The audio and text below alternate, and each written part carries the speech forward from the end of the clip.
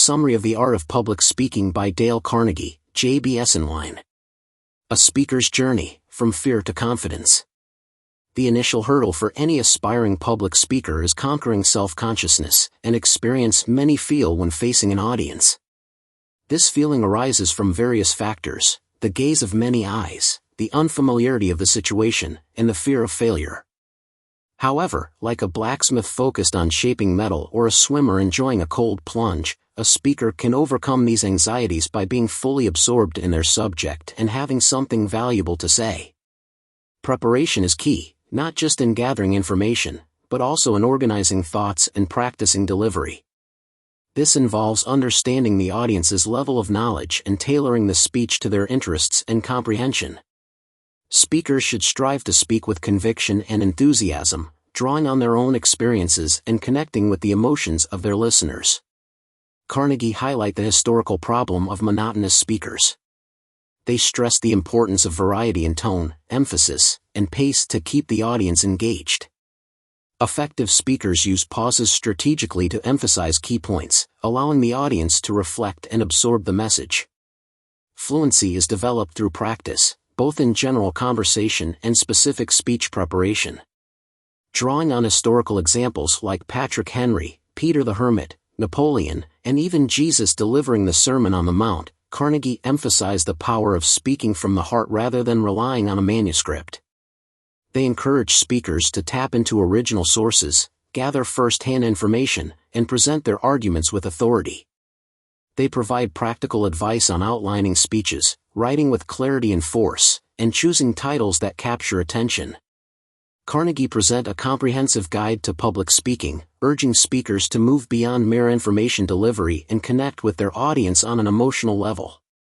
They encourage them to see themselves not just as orators but as storytellers, using description and narration to create vivid images and lasting impressions. By understanding the principles of exposition, description, narration, and argument, speakers can craft compelling speeches that influence and inspire. Introduction. Training in public speaking is not a matter of external factors. It doesn't rely on imitating the greatest or conforming to the standards of society. Public speaking is about the man himself. It's about the message he is uttering that must be worthy of being given. Unless there is something of value within, no tips or tricks of training can perfect the delivery of a speech. Therefore, training for public speaking must begin with self-development and exploration. Similarly, no amount of rules regarding voice culture, intonation, and gesture will have meaning unless you have something to say that has the power to inspire, influence, and bring people together. At the end of the day, no one can learn how to speak. Instead, one must jump in and learn through experience. Experience, then, is not only the best teacher but the first and last. Through experience, we have the opportunity to supplement, correct, and justify. We then must be trained in self-knowledge and have the ability to judge ourselves by the standards we have come to believe are right. Therefore, learning the methods presented in this book will simply become secondary matters. It's the full mind and a warm heart that are primary and paramount, for unless it be a full being that uses the methods, it will be like dressing a wooden image in the clothes of a man. Chapter 1. Conquer Stage Fright. Many students of public speaking continuously ask, how can I overcome self-consciousness and the fear that paralyzes me before an audience? Think about this. Why is it that some people are confident when diving into the deep end of the pool while others are hesitant, anxious, and scared? It's because of practice. You can read all the books and learn all the tips of public speaking, but if you never dive in, you'll never overcome the fear. Being stage fright is a fear that is known to many popular public speakers, and some master speakers never entirely overcome the fear. For example, Daniel Webster became so nervous during his first speech that he had to take a seat before finishing it because he was so nervous.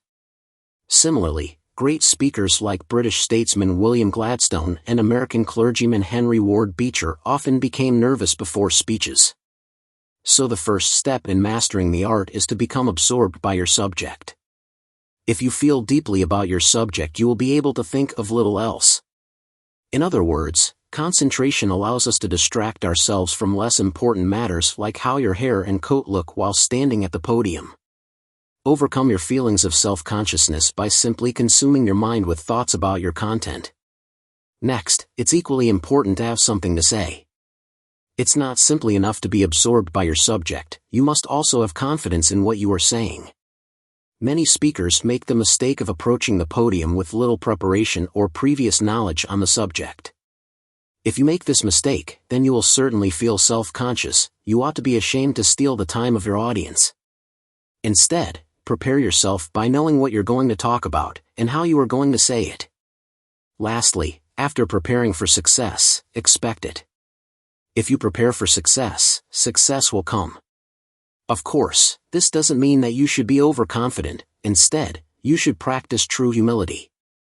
It's not the type of humility in which you become meek and cowering, but rather a strong, vibrant humility that opens you up for greater power of service. In fact, meek humility means that you believe that you will fail, and if you believe this, then there is no hope for you.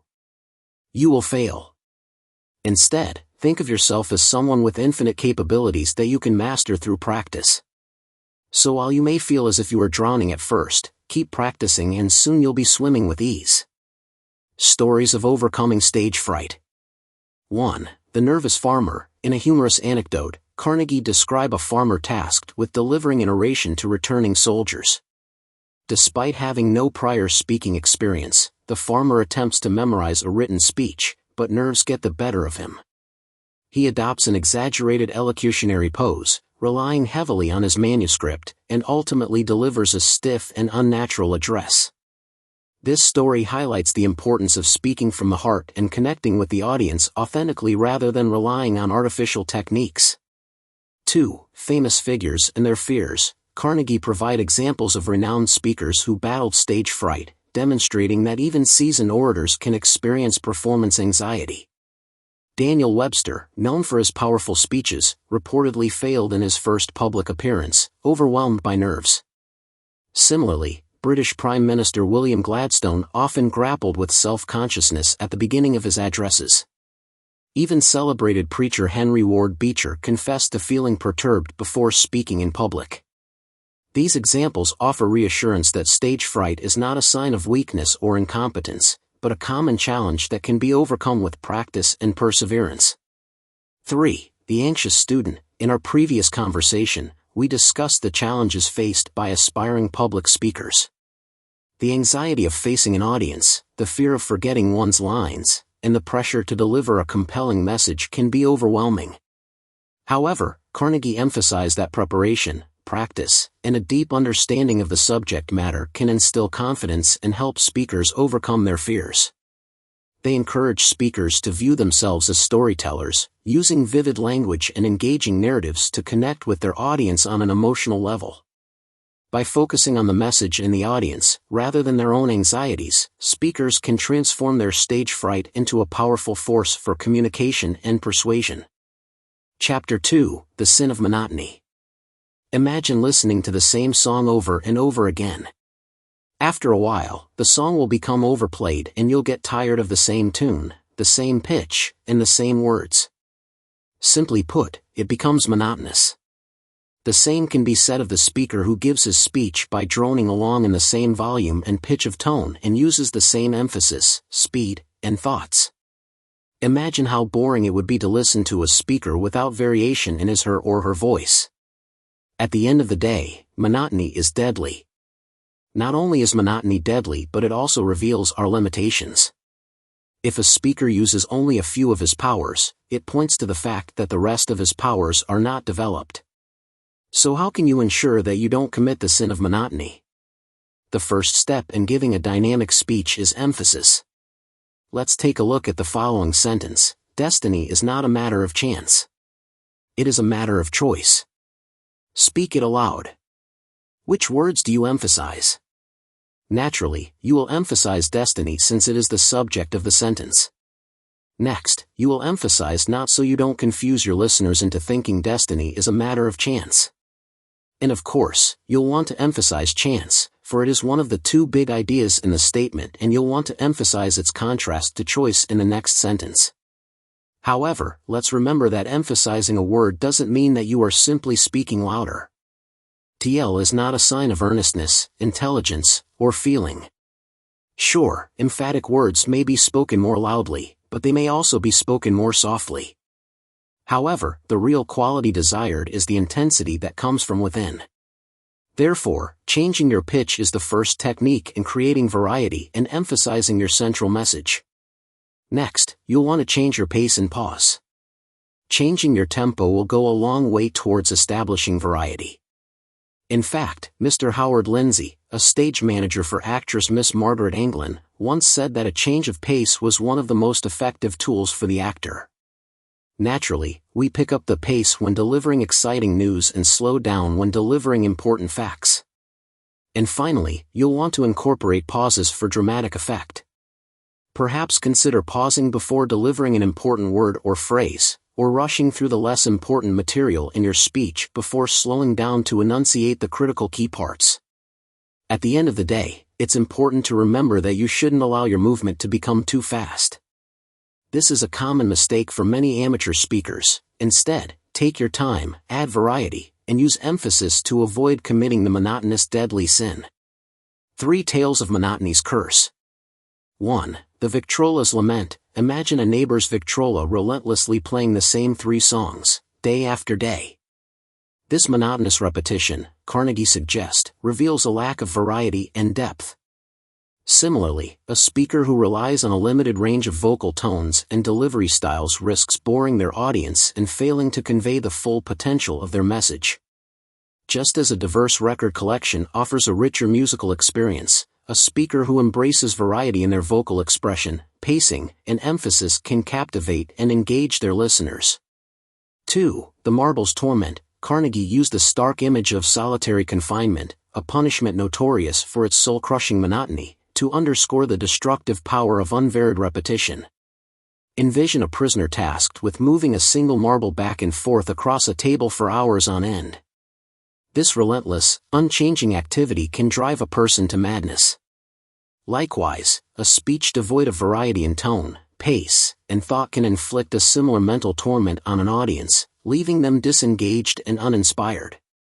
Carnegie advocated for speakers to break free from this monotonous prison, embracing the richness and vibrancy of varied expression. 3. The Brownstone Blues. Carnegie contrasts the vibrant diversity of nature with the drab uniformity of man-made environments. While birdsongs, forest glens, and majestic mountains offer a symphony of sights and sounds, rows of identical brownstone houses and miles of paved streets embody the essence of monotony. This comparison extends to public speaking, where a speaker's delivery can either mirror the captivating variety of the natural world or the soul-numbing sameness of a cityscape. Carnegie urged speakers to draw inspiration from nature's boundless creativity, infusing their speeches with a diverse range of vocal tones, pacing, and emphasis to keep their audience engaged and energized. Chapter 3. The Importance of Arousing Emotion. Imagine 2 people giving a speech on the same subject of child labor. The job of the speakers would be to inspire their audience to vote for a measure that would abolish child labor. So how does a speaker do this? They must strike at their feelings. Imagine the first person giving that speech is a white politician, someone who constantly fights for the rights of slaves. However, the other speaker is a black mother who has just seen her children sold into slavery from the auction block. Whose speech would you be more likely to listen to? The mother did not have the technique of speaking, but she had something even greater, something more effective than reason, feeling. The best speeches in the world are charged with emotional force. That's because feelings guide us through life. They are the reason that we lie on soft beds, sit near the fireplace on cold days, eat cherry pie, and even drink lemonade on a scorching hot day. We don't do these things out of logic and reason but because they feel right.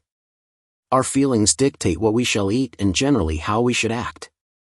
As Carnegie states, man is a feeling animal, hence the speaker's ability to arouse men to action depends almost wholly on his ability to touch their emotions.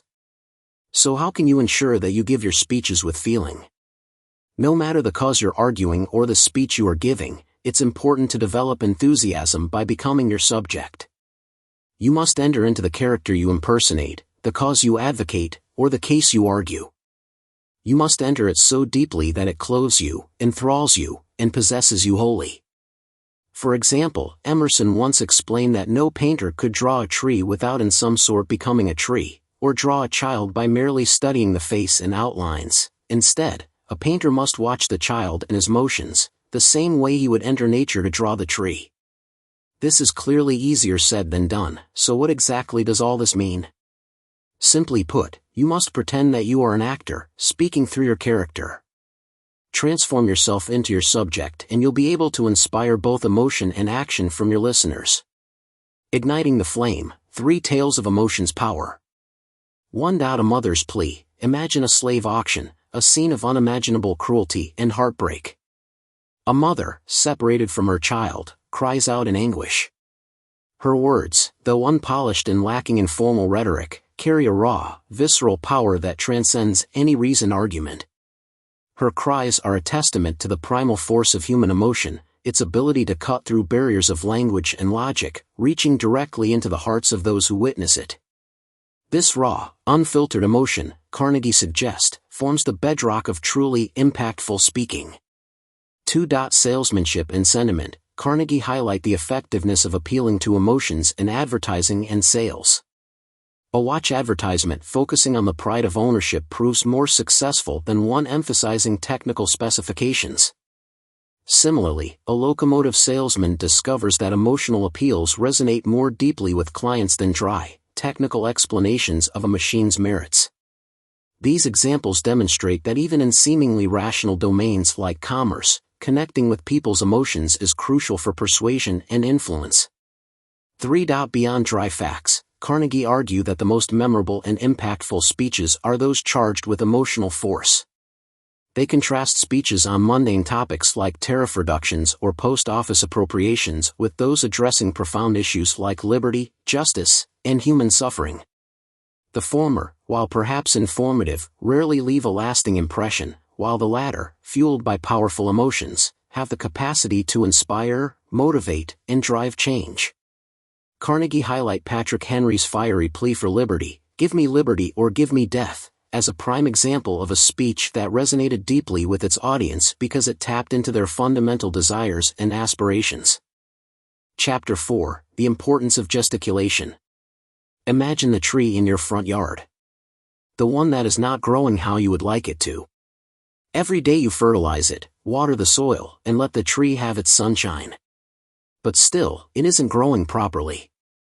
Obviously, you can't just nail a few branches to the tree hoping that something will grow from them. Instead, it's the inside that matters. Similarly, gestures when giving speeches must be born, not built. But what exactly does this mean? Think about this. The speaker whose thoughts and emotions are welling within him like a mountain spring will not have much trouble making gestures. They will come from within. They will come as a natural impulse. On the other hand, those who simply tack on movements will look much similar to the tree in which you nailed on its branches, a simulation. For example, if you watch the same speaker give a speech twice, you'll notice that his gestures are different each time. That's because his gestures are based solely on his emotion, mood, and impulse. However, while gestures certainly come from the spontaneous emotion that you feel, that doesn't mean that you can't practice them. So to avoid awkwardly gesturing throughout your speech, begin by practicing descriptive, suggestive, and typical movements until they come as naturally as good articulation. You could also try watching yourself in a mirror, noting which motions are awkward and practicing them until your gesture change becomes organic and natural. While we're on the subject, let's talk about which movements you should avoid. Do not make short, jerky movements. Instead, let your movements be easy, and come from the shoulder rather than the elbow. Of course, don't go too extreme and include too many flowing motions either. Next, you'll want to avoid too much gesture. When we go through a major crisis in life, we rarely go through it with much action. For example, when you hear the news of your close friend's death, you don't just throw your hands up in the air and start lamenting your grief. Instead, you're likely to go sit quietly and brood in dry-eyed silence until the shock wears off. Similarly, when giving a speech, too much gesture will seem disingenuine and distracting. So do your best to avoid unnecessary gesticulation. You should also pay attention to the strength, poise, flexibility, and grace of your body. These are the foundations of good gesture. Practice by walking and standing before the mirror to conquer your awkwardness, and if you aren't naturally graceful, practice by dancing, doing yoga, or exercising. The goal is to get grace and poise in your mind. Lastly, keep your facial expressions in mind as well, and be sure that your posture and your expression match the character of your speech. Speaking with the body, 3 tales of gesticulation's impact. 1. The eloquent silence. Picture a renowned actor delivering a soliloquy, conveying a whirlwind of emotions, joy, sorrow, anger, despair, without uttering a single word. His face, contorted in a mask of grief, slowly relaxes into a serene smile. His hands, initially clenched in frustration, open in a gesture of acceptance. His posture, initially stooped and burdened, gradually straightens, radiating newfound hope. This wordless performance showcases the expressive power of gesticulation, its ability to communicate complex emotions and subtle nuances that words alone cannot capture. 2. The unintentional confession. Imagine a politician vehemently denying accusations of corruption, his voice firm and unwavering. Yet, his body betrays him. His eyes dart nervously, unable to meet the gaze of his accusers. His hands fidget, betraying inner turmoil. His feet shift restlessly, as if seeking an escape route. These involuntary gestures undermine his words, revealing a dissonance between his carefully crafted message and his true feelings. This scenario underscores the importance of aligning gesticulation with spoken words, ensuring that body language reinforces and amplifies the intended message, rather than contradicting it. 3. The passionate preacher. Visualize a fiery preacher captivating a congregation, his sermon infused with the fervor of his convictions. His voice rises and falls with the rhythm of his words, his hands punctuating key phrases with emphatic gestures. He leans forward, drawing his listeners into his narrative. He paces the stage, his movements mirroring the intensity of his message. This dynamic and engaging delivery, augmented by expressive gesticulation, transforms a simple sermon into a powerful and transformative experience. This narrative underscores the role of gesticulation in amplifying the emotional impact of a speech, creating a captivating and memorable experience for the audience. Chapter 5. A good voice comes from good health. A critic for the London Times once declared that acting is 9/10 voice work, and the same could be said for public speaking. A rich, correctly used voice is the greatest physical factor of persuasiveness and power. In other words, your voice is important and has the power to move your audience. Gladstone himself once stated, 90 men in every 100 in the crowded professions will probably never rise above mediocrity because the training of the voice is entirely neglected and considered of no importance. Think about that. Of course, there are ways that you can work on your voice. The secret to a good voice is relaxation, and relaxation is the basis of ease, our first fundamental requisite for a good voice. So try this. Contract your muscles of the face and throat as you do in hate, and flame out "I hate you." Now relax as you do when thinking gentle, tender thoughts, and say, "I love you." How different does your voice sound? When practicing voice exercises, it's important to never force your tones. You must ease your voice. After all, it's a delicate instrument that must be handled with care. So how can you practice relaxation and ease? Try this exercise. Hold your arm out straight from the shoulder. Now, withdraw that power and let it fall. Next, practice relaxation for your throat muscles by letting your neck and head fall forward.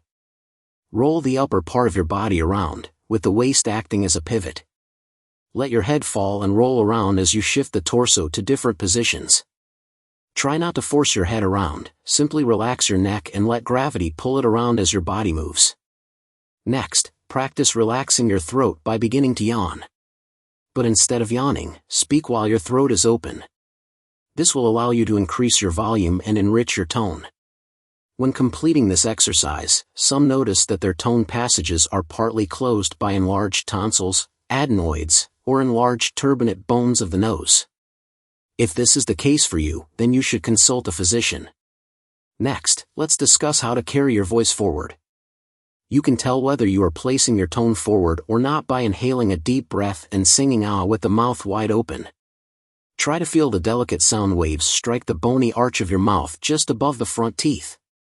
It's a slight sensation, but as you practice, you'll notice the feeling of your voice striking the roof of your mouth. You can continue to practice this by holding the palm of your hand in front of your face and saying the words, crash, dash, whirl, and buzz. Can you feel the forward tone strike against your hand? Practice until you can. Finally, you should develop the carrying power of your voice. When speaking to a big audience, it's not always necessary to speak louder so the people in the back can hear you. Instead, it's about moving your voice forward. And the very basis of this practice is your breath, which comes from good health. A successful speaker once developed his voice carrying power by running across the country and practicing his speeches as he went. This exercise forced him to take deep breaths and helped develop his lung power.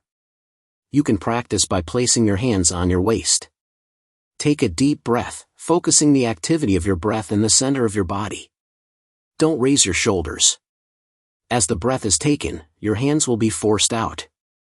Repeat this exercise by placing your hands on the small of the back and forcing them out as you inhale. Practicing the connection between voice and health. 1. Prioritize physical well-being. Deep breathing. The sources stress the importance of deep, diaphragmatic breathing for vocal power and resonance. Regular exercise, particularly activities like running or playing sports, can naturally enhance lung capacity and breathing efficiency. Overall health. The sources emphasize the connection between good health and a strong, vibrant voice. Adequate sleep, a balanced diet, and stress management techniques can all contribute to overall well-being, positively impacting vocal quality. 2. Practice vocal exercises. Relaxation and ease. The sources highlight the importance of relaxation for vocal ease and clarity. Practice techniques like letting your head and jaw fall loosely, rolling your shoulders, and consciously releasing tension in your throat and facial muscles. Openness and forward projection. The sources advocate for an open throat, relaxed jaw, and forward placement of the voice for optimal tone production. Practice yawning gently and speaking with a sense of openness, imagining your voice projecting outward. Humming and vocalization. Engage in humming exercises, feeling the vibrations in your lips, nose, head, and chest. This helps to develop resonance and awareness of different vocal resonators. 3. Incorporate mindfulness and awareness. Observe daily speech. Pay attention to your voice in everyday conversations. Are you speaking clearly and effortlessly? Do you notice any tension or strain? Consciously apply the principles of relaxation, openness, and forward projection to your daily speech patterns. Listen to skilled speakers. The sources recommend studying the vocal delivery of accomplished speakers and actors. Pay attention to their vocal tone, pacing, emphasis, and the way they use their voices to convey emotion and engage their audience. 4. Seek professional guidance if needed.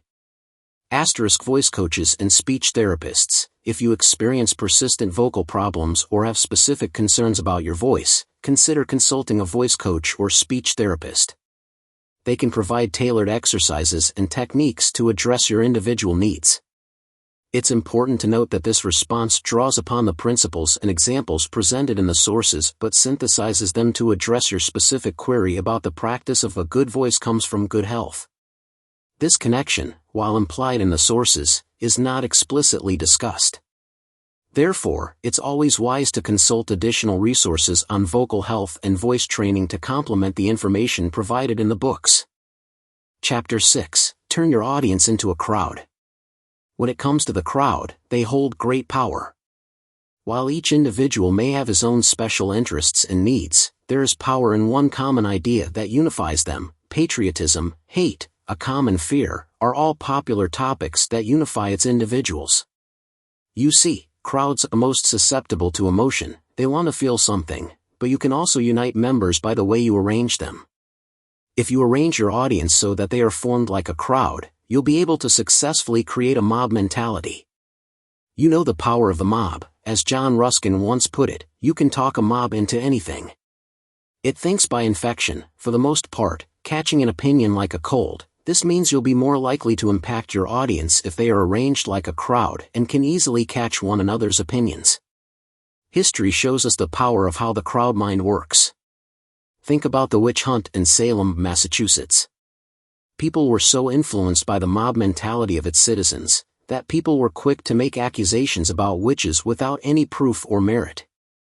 Today, the crowd is a force to be reckoned with, and we should learn how to use it to our advantage. So how can you turn your audience into a crowd? Simply by unifying the minds and needs of the audience and arousing their emotions. Their feelings, not their reasons, must be played upon. The crowd spirit cannot be created if you don't appeal to the crowd's emotions first. If you're still not convinced of the power of the crowd, let's take a look at the power of applause. Applause in itself helps unify an audience. For example, once a crowd of people in New York were watching a moving picture and had been applauding several songs. All of a sudden, a simple advertisement for tailored skirts was thrown up onto the screen. Some started the applause, and the crowd, like sheep, blindly imitated. We also see this today at concerts or movie theaters. If one person in the crowd begins to clap during silence, the rest of the crowd will likely follow. At the end of the day, it's hard to kindle enthusiasm if the audience is scattered over a large seating space with empty benches that separate the speaker from his listeners. Have your audience seated compactly and you'll find that your message has the power to spread like a contagion.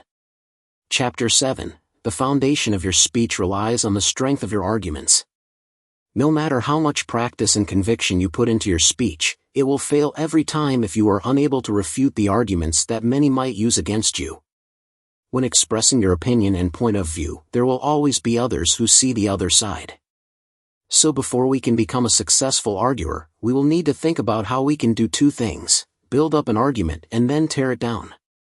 In other words, you must be able to examine the stability of the structure of your argument so that it may be supportive and sound. It's also important, however, to detect the defects in your argument so that you will be able to demolish the weaker ones of those who argue against you. According to the author, every argument has 4 parts: the question under discussion, the evidence, the reasoning, and inferences. If you want to ensure that your argument is strong, you'll need to test your argument by analyzing these 4 parts. For the question under discussion, you'll first want to ask yourself, is the argument clearly stated? This means ensuring that all the terms in the statement mean the same to each disputant. For example, the meaning of the term gentleman may not be mutually agreed upon. Next, ask yourself if your argument is stated fairly. Does it include too much or too little? Does the formulation contain a trap of some sort? For the evidence of the argument, you must first ask yourself about the authorities and experts cited as evidence. Is the authority well recognized? What constitutes him as an authority? What makes him an expert on the subject? Are his opinions unbiased and clear? Ensure that Carnegie cited are reliable and unprejudiced. Next, you'll want to look at the facts that you present as evidence. Are they sufficient enough to constitute proof? Is there enough? Do they support or contradict one another? And lastly, are they confirmed or debatable? Next, let's look at the reasoning for your argument. First, ask yourself if the fact you presented might support a different conclusion from the one you're offering. Have you overlooked any contradictory facts? Are the counterarguments relatively weak? Have you accepted mere opinions as facts? Think about all the ways the facts you presented could be used against you. Lastly, take a look at the inferences. Have you been guilty of stating a conclusion that does not follow? This is also known as a non sequitur. And do all your pieces of evidence harmonize with one another? Remember, you don't want to simply prepare to present your own argument. You also need to prepare for all the ways in which others might be able to tear it down. Chapter 8. The importance of using your imagination. Creating a convincing argument is the foundation for giving a productive speech. However, simply giving a speech that is full of numbers and statistics will surely put your audience to sleep. Instead, you should employ the power of imagination. What exactly is imagination? According to the author, the imagination is either the faculty or the process of forming mental images. So how can you get your audience to form a mental image? The first step in harnessing the power of imagination is learning how to use figurative language. For example, let's say you are arguing that alcoholism is the #1 cause for destroying families' lives. Sure, you could stand before your audience and list off a bunch of numbers and statistics to prove your point, but what good would that do? Instead, use figurative language and create a story. Tell the story of the man who comes home drunk from the bar each day, only to yell at his wife and hit his children. Fill it with figures of speech like similes, metaphors, hyperboles, and ironies. This will likely grab the audience's attention while also keeping them interested in the rest of your speech. Next, you can use your imagination by employing the use of imaging in public speaking. Begin by setting the image of your audience before you while you prepare. While you can't be prepared for every emergency, you can be more prepared by meeting your audience before you actually do. Imagine the mood and attitude toward the occasion as well as the theme of your speech. Next, imagine the language you will use. Remember that an address without fresh comparisons is like a garden without blooms, so imagine the language and work on it until vividly real comparisons come to mind. Lastly, you will want to imagine speech delivery. Think about what you will say, how you will deliver it, and what types of gestures you might want to use. If you can picture your speech in your head, you'll be less likely to forget something and be more likely to give a successful, convincing speech. All in all, master your images, let not them master you. Chapter 9, Conclusion. To become a master of public speaking, you must be willing to do 3 things: practice, practice, practice. Simply put, practice is the only way that you will overcome your fear of public speaking and become the best. Of course, Carnegie has laid out the many tips and techniques you need to help you succeed. First, you'll want to avoid monotony by using emphasis to add variety to your speech. Next, arouse emotion from your audience and let your gestures flow from the heart. Practice your gesticulation and the projection of your voice through the many exercises Carnegie has provided. Then, you'll want to turn your audience into a crowd by placing them strategically together to help them form a mob mentality. Lastly, you'll want to prepare for all errors by testing your arguments and using imagery to help you deliver a compelling and constructive message. I hope that you've enjoyed this video, and please remember to subscribe to receive notification of upcoming recordings. See you in next video.